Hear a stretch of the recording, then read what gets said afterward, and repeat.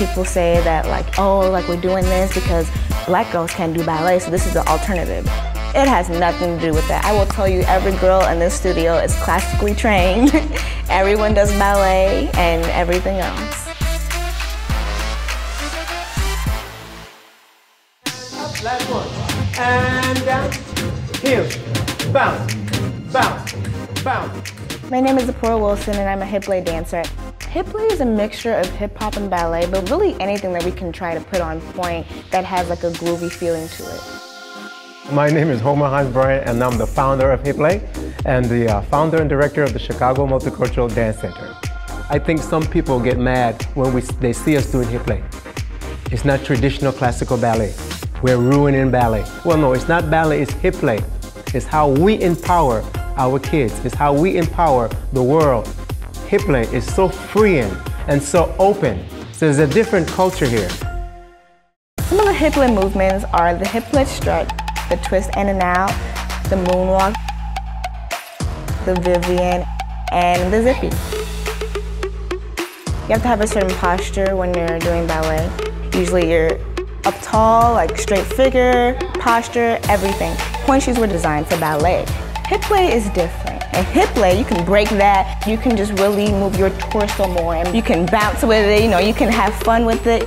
You got it, you got it. I grew up thinking that I couldn't do ballet because of the color of my skin. At my old studio, because I was African American, I was often overlooked until I came to CMDC is when I really learned that there was something off.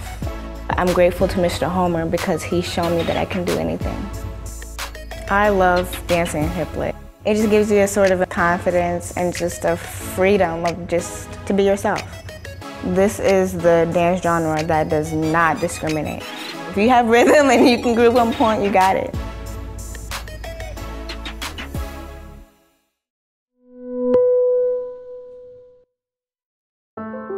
My way of expressing myself has always been physical.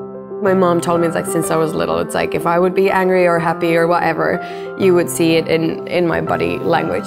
For me, having a new way of challenging my body, a new way of pushing the limits of what my body can do, that was the thing that really got me hooked in flying.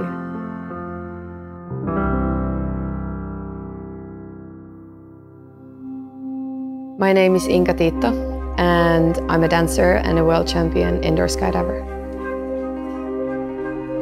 I started dancing when I was 3 years old, and as long as I remember, I've been dancing. When indoor skydiving came along, I found something for the first time that I was more passionate about than I ever was about dancing. Suddenly I realized like I've just found a new way of dancing. It's just on a different kind of dance floor.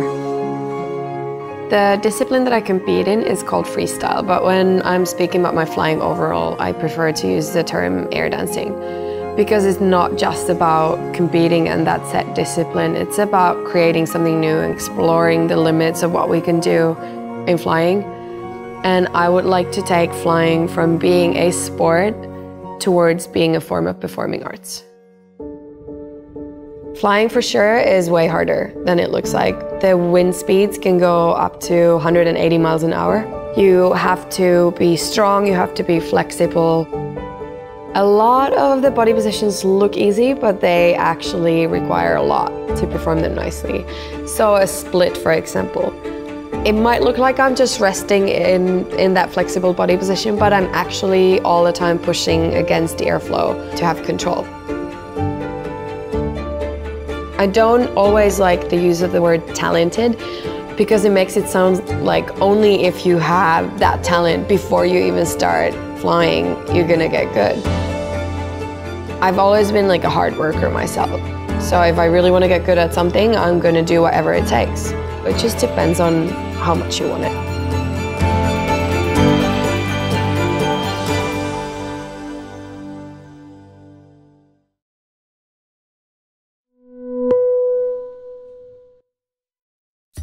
Lion dancing dates back to the Tang Dynasty in China. It was really meant to ward off the evil spirits and welcome the good ones. I am a 20-something-year-old millennial, but I still hold this piece of tradition.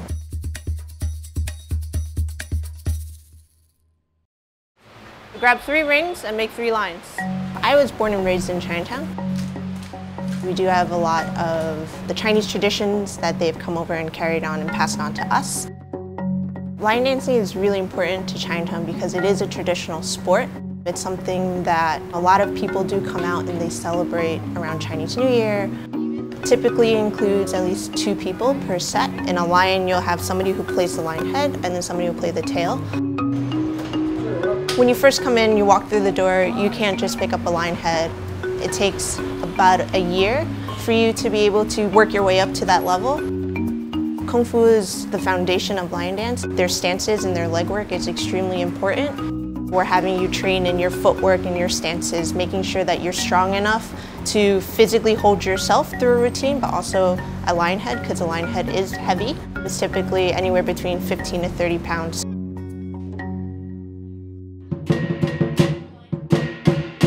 Typically, we teach different routines for each of the lines, just because you never know which one you're going to play. You can see us line dancing in the streets. Any time where there is a community event, we'll usually partake in them. In Chinatown, a lot of people are familiar with line dancing and they get really pumped and excited for it. So just the energy and the atmosphere for me is 10 times better. It's really important for all of us that we are educated about line dancing and we do carry it on, just because it is kind of a lost art here in America. For me, when I do have children one day, I would like to pass that on to them as well. I think it's really important. I think it's what makes our family our family.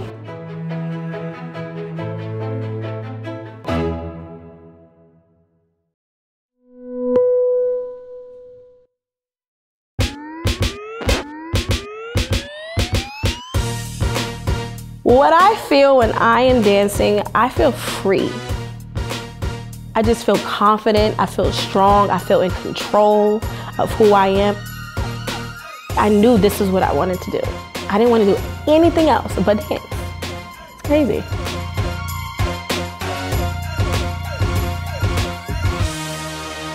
My name is Akira Armstrong, and I'm the CEO and founder of Pretty Big Movement, which is a full-figured professional dance company. I started Pretty Big Movement 9 years ago, and I felt that there was a void in mainstream media where it wasn't a platform for plus-size professional dancers.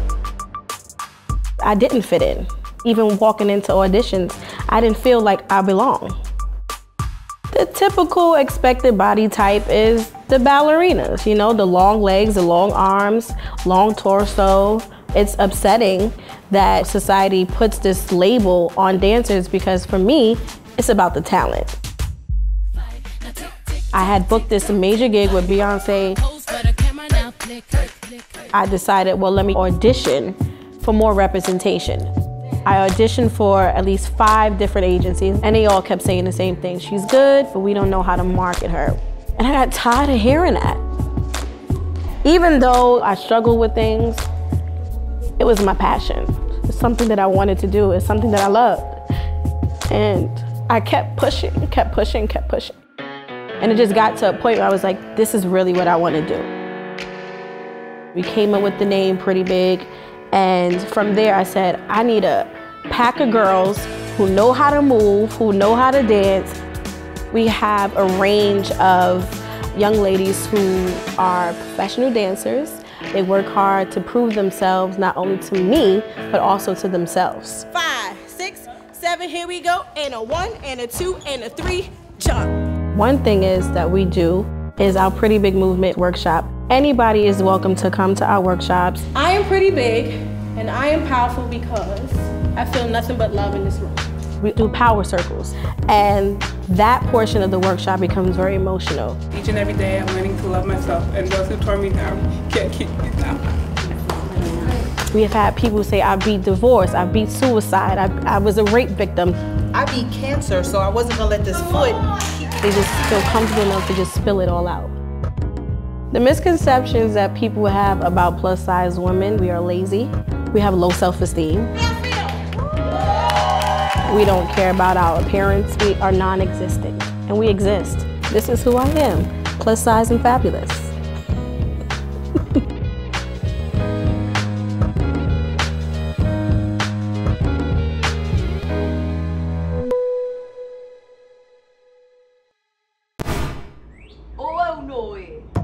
Hula is the language of the heart, and therefore the heartbeat of the Hawaiian people.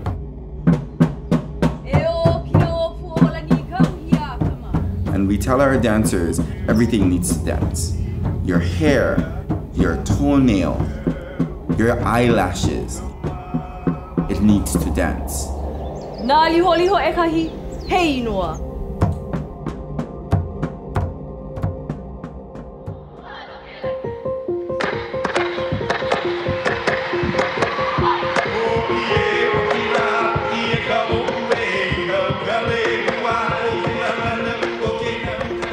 Within 3 days, the competition tickets are sold out. Those tickets are like gold. They only bring the best of the best, and so we're very honored to be able to participate. The most prestigious part of Merry Monarch is the Miss Aloha Hula competition, which is the women's solo competition. 12 halaus are allowed to choose their very best dancer. Our contestant this year is Kaylee Kaiulani Carr. Kaiulani is a professional hula dancer, and we chose her for many different reasons. We wanted her to grow not just a dancer, but as a person.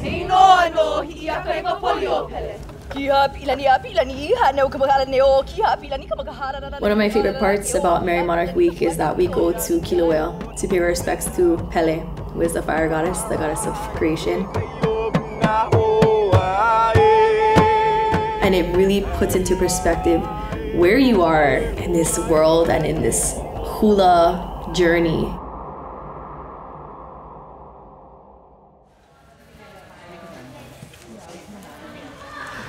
I've wanted to be in Merry Monarch since I was a little kid. There was a lot of times where I thought it would never happen for me, but pretty much most of my hula journey has been working towards this moment, which is tomorrow.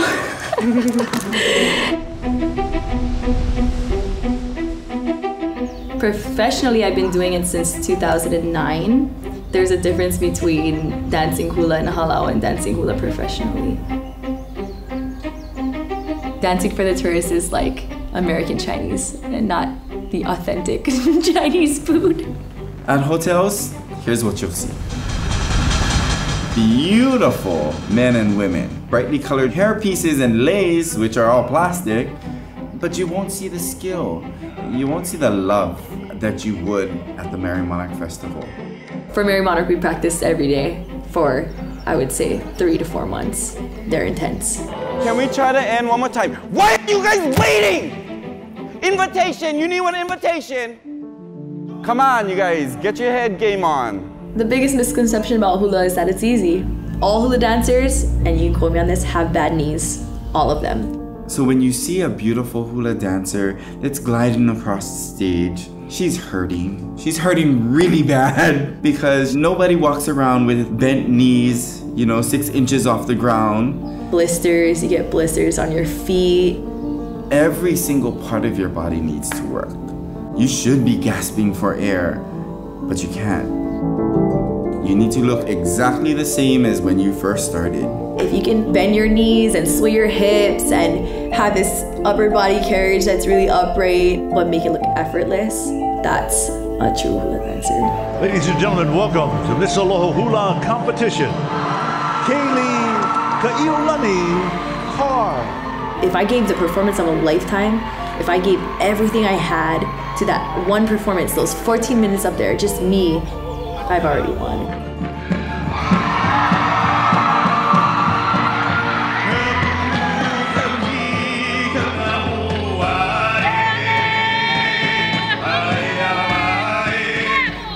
You're just the vessel for all of these people that came before you, for all of the knowledge that you have, and it's your responsibility to share that. It's your responsibility to perpetuate.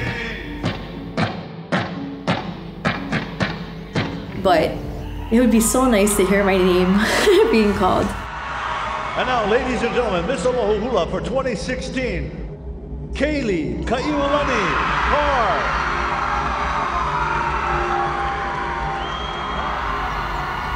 I don't dance hula just to be a Miss Aloha Hula.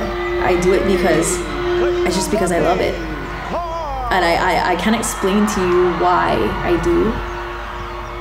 I think it's something you're just born with.